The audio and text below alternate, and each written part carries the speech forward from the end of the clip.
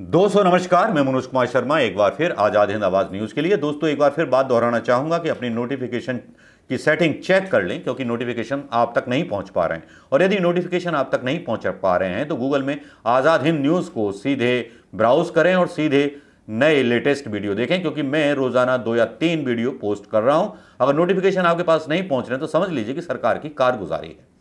अब दोस्तों शुरू करेंगे आज की खबर करेंगे उत्तर प्रदेश की उस पॉलिटिक्स से, जिस पॉलिटिक्स में योगी जी का तख्त जो है हिलने लगा है। उन डेड बॉडियों से जो गंगा की रेती में दबी हुई पाई गई, अंतर ही महसूस नहीं हो रहा था शाम की एक तस्वीर लिए जाने पर कि ये रामनवमी है या ज्वालामुखी खदबदा रहा है गंगा की रेती में। ऐसा आभास हो रहा था, ऐसा ही ज्वालामुखी कुछ अंदर खाने भारतीय जनता पार्टी के अंदर खदबदाने लगा है। यह तो बात तय हो गई है कि कोरोना की वजह से और मिसमैनेजमेंट की वजह से योगी सरकार को जवाब देना भारी पड़ गया है। उसी कड़ी में, जैसे कि मैंने पहला एक वीडियो आपको दिखाया था, बोला भी था, आशंका व्यक्त की थी कि योगी सरकार का तख्ता हिलने वाला है, आज वो चीजें खुल के नजर आने लगी। आज लखनऊ में मीटिंग थी। लखनऊ की मीटिंग में बहुत कुछ ऐसा हुआ जो वाकई में हैरान कर देने वाला था। ऐसा हैरान कर देने वाला था कि लगा कि योगी आदित्यनाथ को कभी भी मुख्यमंत्री पद से हटाया जा सकता है। अब आप सोचेंगे इस दावे की वजह है डिप्टी सीएम केशव प्रसाद मौर्य। केशव प्रसाद मौर्य ने आज अपनी बात मीटिंग में कही। केएल संतोष के सामने, जो स्वतंत्र देव अध्यक्ष थे, उनके सामने उन्होंने बोला, आरएसएस के लिए, बजरंग दल के लिए, बीजेपी के लिए, भाजपा के लिए मैंने इतना कार्य किया, मुझे क्या मिला बदले में। यहां मैं आपको एक चीज और बताना चाहूंगा कि केशव प्रसाद मौर्य को साइड ट्रैक कर दिया गया। केशव प्रसाद मौर्य का दर्द छलक करके सामने आया। उन्होंने ये बताया कि कोरोना काल में मुझे पता ही नहीं था कि मैं डिप्टी सीएम हूं, मेरा क्या काम करना है, मुझे क्या काम करना है। और उनके द्वारा प्रस्तावित नियुक्तियों पर भी रोक लगा दी गई मुख्यमंत्री योगी के द्वारा। यह तो बात तय है कि जो चुनाव लड़ा गया था केशव प्रसाद मौर्य के चेहरे के नाम पर लड़ा गया था उत्तर प्रदेश के अंदर। योगी जी का कहीं दूर दूर तक नहीं पता था। केशव प्रसाद मौर्य ओबीसी से, मतलब बड़ा वोट बैंक है उनका 20%।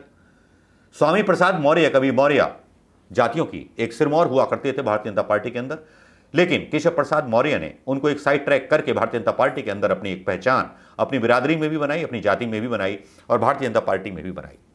बिरादरी भी नाराज थी कि उनकी जिस तरह से अनदेखी की जा रही है, उस तरह से उन्हें उम्मीद नहीं थी कि भारतीय जनता पार्टी में पिछड़ी जातियों को महत्व नहीं दिया जाएगा।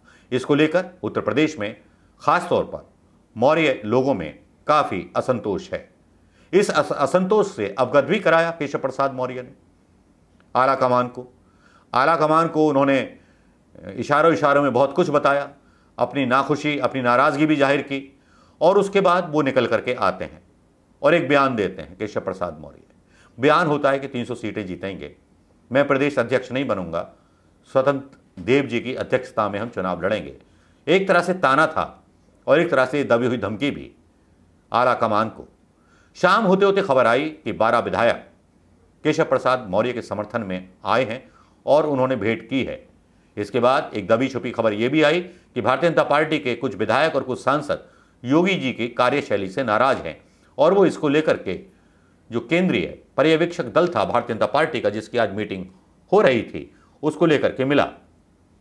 अब ये हाथ में है अब भारतीय जनता पार्टी के हाथ में, या केंद्रीय पर्यवेक्षक दल जो वहां गया हुआ है, जिसके सामने भारतीय जनता पार्टी के नेताओं ने खुल करके नाराजगी जाहिर की है। अब देखना यह होगा कि क्या होने वाला है। इस घटनाक्रम पर भारतीय जनता पार्टी के आईपी सिंह ने समाजवादी पार्टी के उन्होंने एक चुटकी ली। उन्होंने चुटकी लेकर के लिखा, भारतीय जनता पार्टी कार्यालय में बस अभी जूता चप्पल चलना बाकी रह गया है। एक एक पद, एक एक मंत्रालय के लिए सर फटोवल चल रहा है। बंसल को योगी नहीं चाहिए, योगी को बंसल नहीं चाहिए और केशव प्रसाद को दोनों नहीं चाहिए। इधर केंद्रीय संगठन तलवार लिए खड़ा है, कब किसकी गर्दन कट जाए कुछ नहीं पता। ये आपदा में भाजपा है। अवसर तो खैर भारतीय जनता पार्टी ने आपदा में ही ढूंढा था, लेकिन आईपी सिंह का ये ट्वीट काफी चर्चित होने लगता है। समाजवादी पार्टी भी इस पर बुरी तरह से तंज लेने से बाज नहीं आती।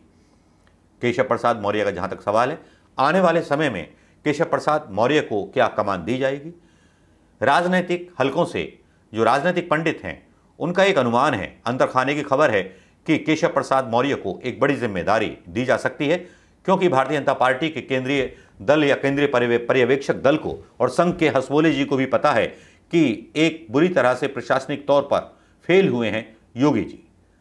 और जाहिर बात है कि योगी जी का कहीं नामो निशान नहीं था। जिन लोगों के नाम पर चुनाव लड़ा गया, जिन लोगों को आगे रख करके चुनाव लड़ा गया, जिन लोगों ने मेहनत की, उन लोगों को वो सब कुछ नहीं मिला जिसके वो मतलब काबिल थे।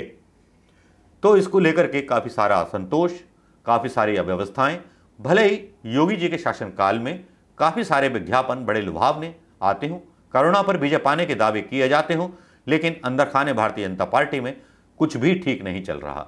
केशव प्रसाद मौर्य के बगावती तेवर पार्टी के अंदर अभी दिखाई दिए हैं। आने वाले समय में कितना बड़ा सरफुटोवल होने वाला है, कितना बड़ा तकरार होने वाला है, इसके बारे में नहीं कह सकते, केवल अनुमान लगा सकते हैं।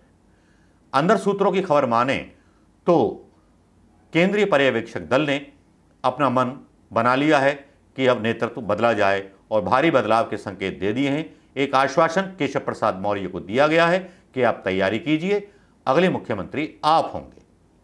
लेकिन अगले चुनावों में मुख्यमंत्री होंगे या योगी जी को रिप्लेस करके केशव प्रसाद मौर्य को मुख्यमंत्री बना दिया जाएगा, ठीक उस तरह से जिस तरह से तीरथ सिंह रावत को उत्तराखंड में मुख्यमंत्री बनाया गया। तब क्या भारतीय जनता पार्टी का यह दूसरा ऐसा एक मास्टर स्ट्रोक होगा जो ओबीसी वोट बैंक को अपनी तरफ साधेगा, जो आने वाले, क्योंकि अगले साल ही चुनाव होने वाले हैं, योगी जी और अमित शाह और मोदी जी इसके लिए सक्रिय भी हो गए। हालांकि लोग मजाक उड़ा रहे हैं कि जिनको बंगाल चुनाव में इतनी बड़ी हार मिली, यूपी में भी उनका पत्ता साफ होने वाला है, उनको इतनी बड़ी सफलताएं वहाँ नहीं मिलने वाली। साथ में ये भी मजाक उड़ रहा है कि प्रधानमंत्री मोदी जी और भारतीय जनता पार्टी को, उनके नेताओं को सिर्फ चुनाव ही सुझाई देता है, कोरोना से हो रही मौतें उनको दिखाई नहीं देती, कोरोना में फैली हुई अव्यवस्था वो नहीं फैलाई देती, मतलब नहीं दिखाई देती, ऑक्सीजन की कमी नहीं दिखाई देती, बेरोजगारी जो थी उसका दर एकदम से बढ़ गया है। 1 करोड़ रोजगार अप्रैल से लेकर के मई के बीच चले गए हैं, लोग बेरोजगार हो गए।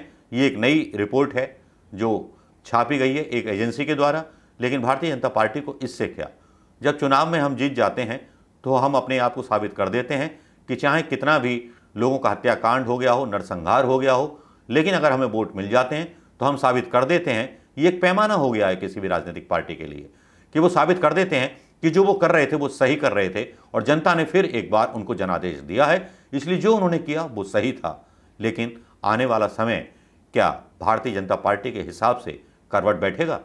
ये एक राजनीतिक विरासत होगी कि क्या केशव प्रसाद मौर्य को मुख्यमंत्री बना करके भारतीय जनता पार्टी नया दांव चलेगी? दोस्तों, आप क्या सोचते हैं? कमेंट करना ना भूलें, लाइक करना ना भूलें, शेयर करना ना भूलें। खासतौर पर आपकी राजनीतिक राय मेरे लिए बहुत मायने रखती है। नमस्कार, जय हिंद दोस्तों।